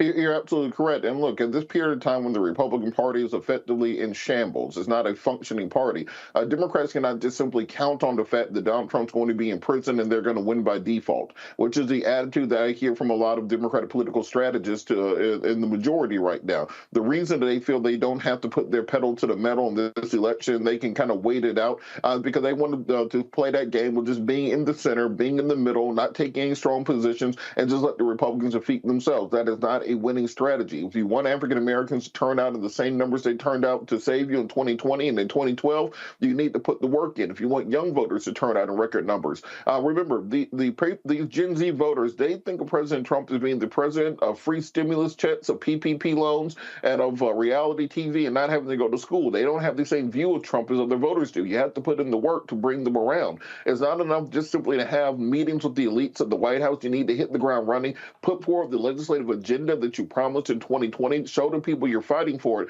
and show people that with another term, you'll get the job done. Rebecca. The Democratic Party can't rely on suburban white women in order to win next year. If that was the case, then last night in the Jackson northern suburbs in Ridgeland, which is Madison County, Mississippi, we would have seen Tate Reeves get voted out as governor, right? So we can't rely on those white women in the suburbs. Instead, it's reaching out to the people who brought you to the dance. In 2020, it was young people that brought Biden to the dance. It was Black men, Black women that brought Biden to the dance. So he's got to spend time doing some deep investment, and not just with those who are quote unquote part of the talented 10th. He needs to stop just talking to folks who are connected, and he needs to talk to those who are disaffected, those who are disenfranchised, and those who are suffering economic setbacks. Those are the people that Biden needs to be talking to starting tonight as we go into the 2024 cycle. All right, Joe. I am always inspired by Dr. Barber, and I think that what he said is where we need to be. There's this sleeping giant of millions upon millions upon millions of voters in places where we're supposedly red, but we're actually misread. People there, the votes are there. And there's nobody that understands what Medicaid expansion is that could be affected by it and bettered by it that doesn't want it. Even people that are super conservative, most of the times will go out of their way to say, well, you should have your right to reproductive health, even if it's not my thing necessarily. That's what you found out in Ohio. The votes are there in places where they need to be there. In Wisconsin, the gentleman, I forgot his name, who ran for Senate last time. The votes were there if they had done what they needed to do in Milwaukee. And so as long as we are intentional about going out, educating voters, connecting them to those issues, listening, so that we know that what we are doing is not being pitched on deaf ears, and we're putting them out in the front to help sell what it is that needs to happen, then we can continue to be successful. Again, the Democrats are on the right side of most bread and butter, regular folk issues. And so what we can do is, if we do that work, we can win, but the work has to be done, and it has to be done long term. Robert. As I said, the work goes on, the cause endures, the hope still lives, but the dream will never die. But I want to impress upon the Democratic Party, the black folks are not going to turn out with the same old, well, we brought Jay-Z out for the concert, we brought T.I. out, we brought, we went to the barbecue, I got hot sauce, I got a big pile of collard greens. That's not what black voters are looking for right now. You passed $1.7 trillion in infrastructure, $1.5 trillion. I gotta stop. Hold up, I gotta stop you there, because the black voters matter, folks. Properly use collard greens and food to register people. So I gotta stop you there, because hold up, in your state of Georgia, they were very successful by pairing food drives with voter registration. So I gotta slow you down a little bit there. We can do that in the third rail. From the administration, we need policy, we need legislation. That's what I'm saying, but you gotta specify. because, I've been on the road, Black Voters Matter. They use concerts, they use food drives, they use everything at their disposal to register people, to get them to turn out. And so all that works, but you're right, you still have to have policy. But again, everybody has different roles. And the reality is, from the administration standpoint, they have to say, one, what we did, then what we're planning to do. What they can't do is only talk about what we did, because elections are based upon not on what you did, but what you're going to do. And so, again, and for everybody else out there, I keep telling y'all this, and y'all think I'm playing. And I'm gonna do a whole breakdown. I'm trying to figure out when I'm gonna do it. I might do it after the first of the year. I might do it actually before then. But we're gonna spend a whole 2 hours on Project 2025. And y'all really need to understand, these people are not hiding it. They're not keeping it to themselves. They are very clear on what their plans are if Donald Trump takes back the Oval Office, and that is not an America any of us wants to be a part of. Trust me. Joe, Rebecca, Robert, I appreciate it. Thanks a lot. Everybody who's watching as well, folks. It was a huge night. You had Congresswoman Sheila Jackson Lee, who was headed to a runoff against State Senator John Whitmire in the race for Houston mayor. Neither one of them got a majority of the vote, and so they moved to that. That's going to be in a few weeks. Whitmire got 42.5%. Lee got 35.6%. Runoff is going to take place on December 9th. Philadelphia gets its first black female mayor. You have Chanel Parker, elected the city's 100th mayor. And again, first woman to hold the position. Of course, she won the Democratic primary, so she was guaranteed to win as well. And so many people are watching that because she also ran on Law and Order and also believes in stop and frisk. So we'll see what happens there. And plus, a big congratulations to Yusef Salaam. Remember, one of the Central Park Five, the exonerated five?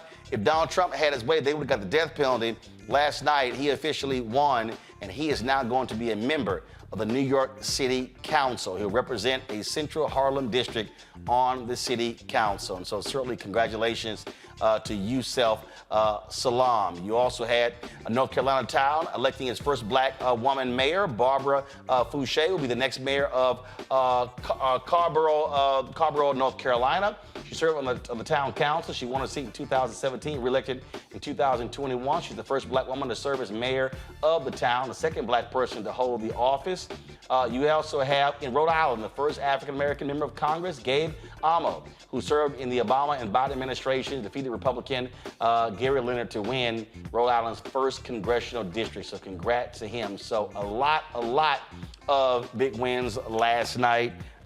Folks, that's it for us. We'll see you tomorrow right here on Roland Martin Unfiltered on the Black Star Network. Don't forget to support us, what we do. Folks were sitting here sending us via Cash App. They were like, when I was cussing, they were like, hey, keep doing it. So if y'all want to support us, what we do, send your check and money order to P.O. Box 57196, Washington, D.C. 20037-0196. Cash App, $RM Unfiltered, PayPal, R Martin Unfiltered, Venmo is RM Unfiltered, Zelle, Roland at RolandSMartin.com, Roland at RolandMartinUnfiltered.com. You also, of course, should get my book, White Fear, How the Browning of America is Making White Folks Lose Their Minds, available in bookstores nationwide. And, of course, you can check us out on Amazon News. So go to Amazon Fire. You can watch our 24-hour streaming channel. You can watch us on Plex TV, Amazon Freevee, as well as Amazon Prime Video. Folks, that's it. I will see you tomorrow. Reese Cobra's going to be sitting in the host chair tomorrow. I've got a dinner at the Vice President's house at 6 p.m., so I will be there. Maybe I'll go live from the grounds at the top of the hour, and so we'll see what happens. All right, y'all. Take care. Holla! Folks, Black Star Network is here. Hold no punches! I'm real revolutionary right now. Support this man, Black Media. He makes sure that our stories are told. Thank you for being the voice of Black America, Roland. Stay black. I love y'all. All momentum we have now, we have to keep this going. The video looks phenomenal. See, this difference between Black Star Network and black-owned media and something like CNN. You can't be black-owned media and be scared. It's time to be smart. Bring your eyeballs home. You dig?